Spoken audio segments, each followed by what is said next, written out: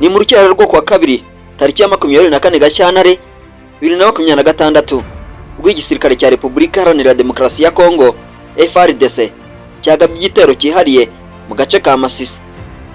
Mu itangazo ryashyizwe ku rubuga rwa X, FARDC yemeje ko icyo gikorwa cya gisirikare cyagenze neza kandi ko cyahitanye Lieutenant Colonel Wiringoma wari umuvugizi wa gisirikare w'ihuriro rya AFC M23 alias Fevre Congo.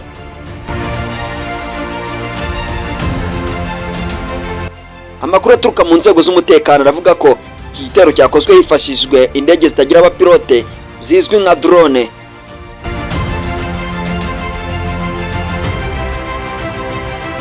Wiringoma yiciwe mu gace ka Rubaya muri teritwari ya Masisi ahagana mu masaa 9 z'ijoro, aho drone yarashe inzu yarimo.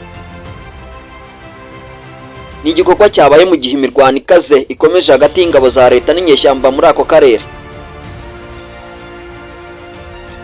Rubaya ni agace gafite akamaro gakomeye mu rwego mpuzamahanga. Imibare igaragaza ko kihariye hafi 15% bya koruta icukurwa ku isi yose, umwimerere w'ingenzi mu ikoranabuhanga rigezweho. Ibi bituma aka gace kabishingiro ry'inyungu z'ubukungu n'impamvu y'ibikorwa ihoraho.